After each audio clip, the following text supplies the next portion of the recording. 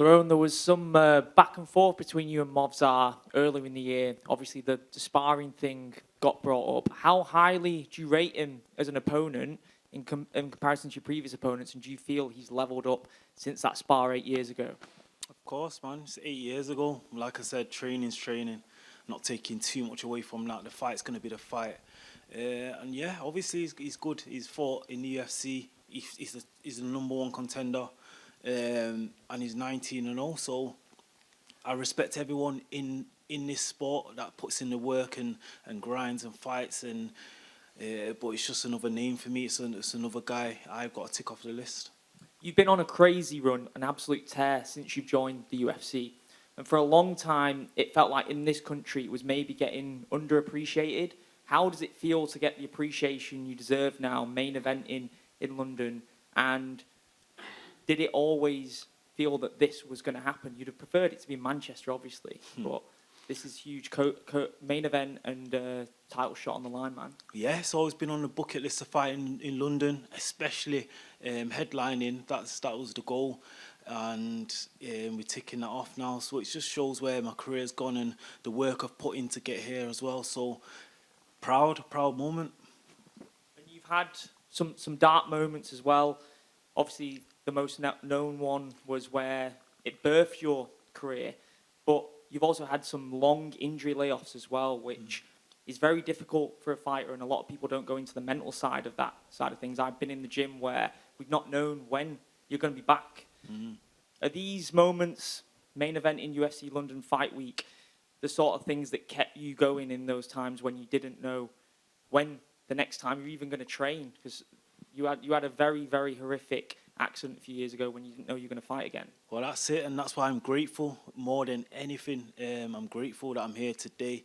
I'm still grinding away, still chipping away at my goals, at my dreams, and that's why I don't do this for applause of everyone else. I do this for myself, personal challenge and whatnot. So when I'm here on this stage now, main eventing in London, it's massive for me, and if I was to die today, I'd be proud.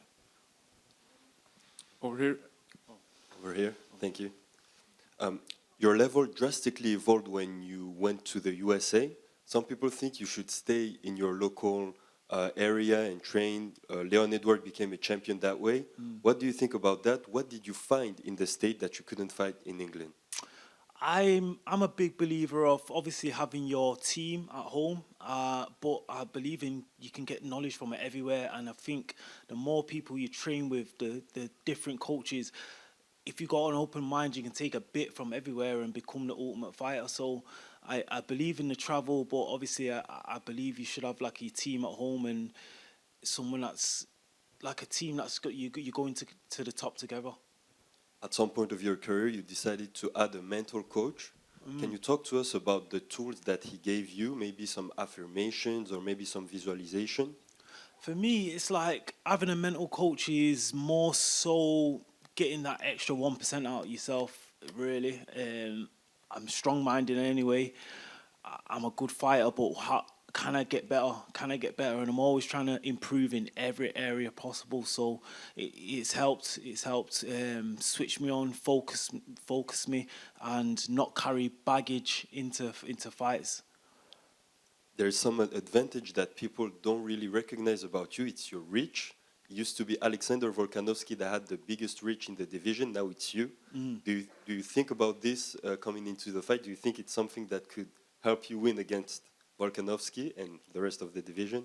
Yeah, it's always an advantage to have reach, especially when you got good straight shots. It's a nightmare for people to deal with. So I love to have that advantage. Last question for me. The BMF title was initially created to oppose real gangsters. It was Jorge Masvidal and Nate Diaz.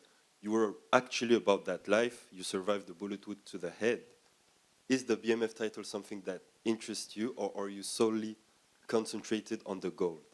The goal for me is the UFC 145 title, but obviously I wouldn't turn it down if it was offered at some point. But I'm looking at the UFC title. Thank you, Laurent. Thank you. Lerone?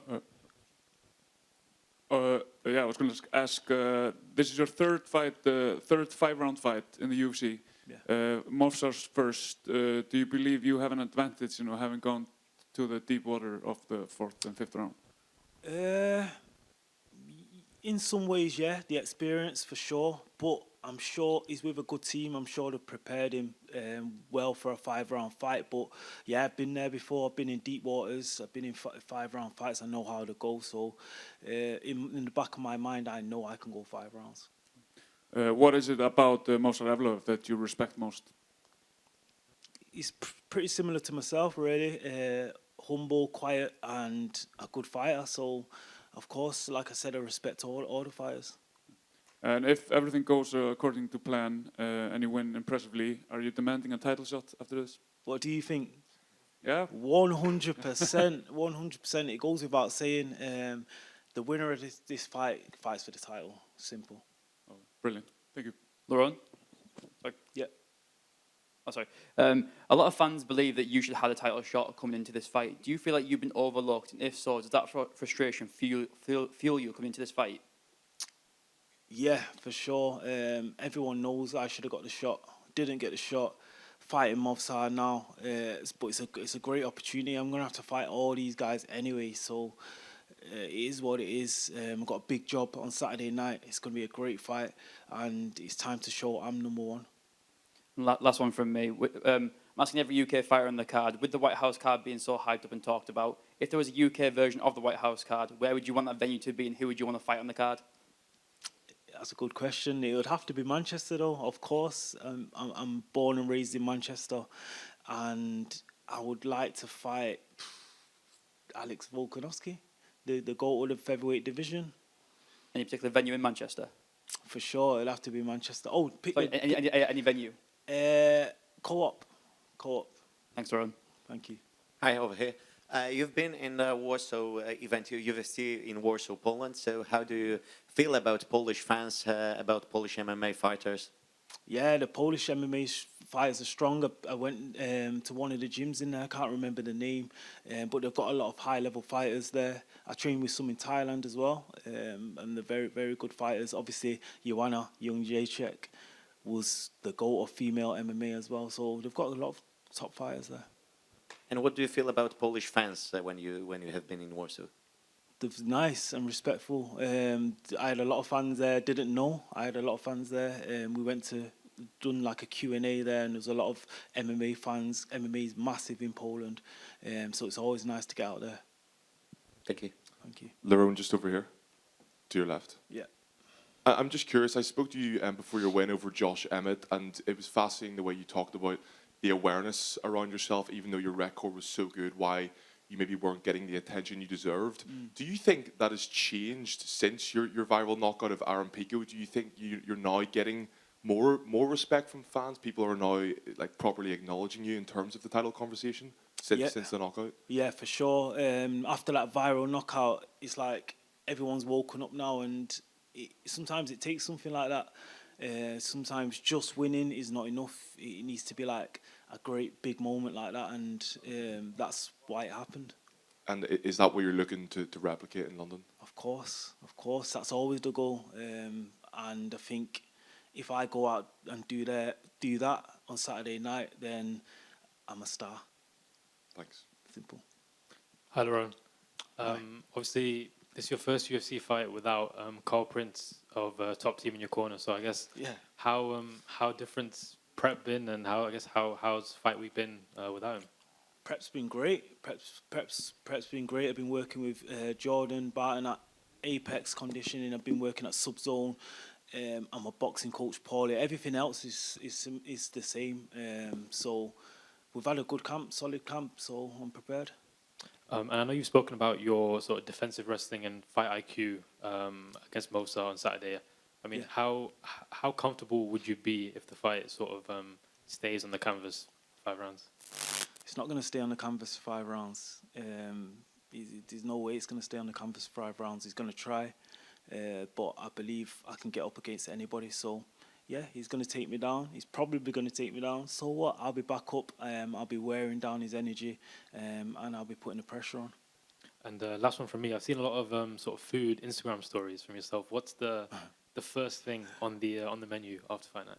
Oh, do you know what? So after fights, I struggle to eat because your adrenaline's kicking. So I'll probably just have a bit of pizza or something. And then, but tomorrow, I'll be going home. So I'll be getting food with the family, a good meal with the family, and that's what I'm looking forward to. Amazing. Cheers, Lerone. Good luck Saturday. Thank you.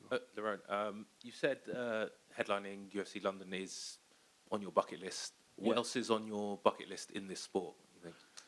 In this sport would be next after that is the title. Then I want to bring it back to Manchester. They're the main ones for me, really. And obviously fighting Volkanovski, just because he's one of the greatest of all time at my weight division. And with Movsar's issues this week getting to London, how have you managed to avoid that being a distraction in your own preparations? For me, it doesn't really matter. I was prepared to fight anybody. I've prepared as much as I can do, and the rest will be what it's going to be. Thanks. Thank you. Hey, Lerone. Jean Silva yesterday said that your fight against Movsar means nothing, and then that he will be the next contender and fight Volk. What's your opinion? Well, who knows? Who knows, eh? But everyone knows the winner. He's 1-1 in his last two. The winner of me and Movsar fights for the title, and it shouldn't be any other way. Thank you. Hi, Lerone, just over here. So your last fight, obviously, was an amazing knockout victory. Most people go into a title eliminator, so to speak, wanting a spectacular performance. Because you already have that under your belt, do you feel less pressure going into this fight, knowing that a win should just get you that title shot? Yeah, but it's like you just never know in this game. Like I said before, you just never know in this game. It's all about performance, as we've seen. So I do want to go out there and put on a clean performance. I do want to go out there and get a finish. I want it to be like undeniable. Like there's no way they can not give me the shot. I know you're a big Man United fan as well. Who's your favourite Man United player of all time, and which MMA fight would you compare to that player? Wow, that's a good question. That's a good question. It's a very good question. But I'll just say Ronaldo, just for ease, and I'll go with John Jones. Perfect. All the best for Saturday night. Thank you, bro. Thank you. Yeah. Obviously, I know you're focused on the featherweight division, but obviously we got Ilia Topuria, was former featherweight champ. So do you ever see yourself going up to the lightweight division, or is it just a featherweight? We'll see, but I'd never struggle to make weight at featherweight. I would like to be able to eat more food because I feel skinny right now. So maybe in a year or two, I'd go up. But for now, we're at featherweight. And obviously, speaking of Ilia, who do you think wins out Ilia and Gaethje for the White House card? Everyone's counting out Gaethje, but I think Ilia takes that one by a knockout and probably in the first three. He's looking unstoppable at the minute, so I can't bet against him. Hiya, over here, Lerone. Yeah. Last year, you spoke to me about asking for the Josh Emmett fight to be on the UFC London card. You've now finally got that wish. It's the main event. How is it going to feel to finally be fighting on home territory in a main event? How's it going to feel? I don't know yet, but I imagine it to be electrifying. And like I said, another thing ticked off the bucket list. So I'm looking forward to it. I'm looking forward to the venue being full, everyone chanting for me, walking out, big fight. There's a lot at stake. So yeah, I'm looking forward to it, man. Looking forward to it. Of course, there was uncertainty around Evloev's involvement. Were there any names circling about who might have replaced him if he pulled out? I seen online Silva, but I also seen him grapple last week, and he looked about 84 kilos, so I knew he wouldn't make weight. So I thought they might have maybe put somebody that was fighting on the card, one of the other featherweights, but who knows? Evloev's here, my mind's on Evloev, it's me versus Evloev, the fight is on, and I can't wait. Nice one. Good luck. Thank you.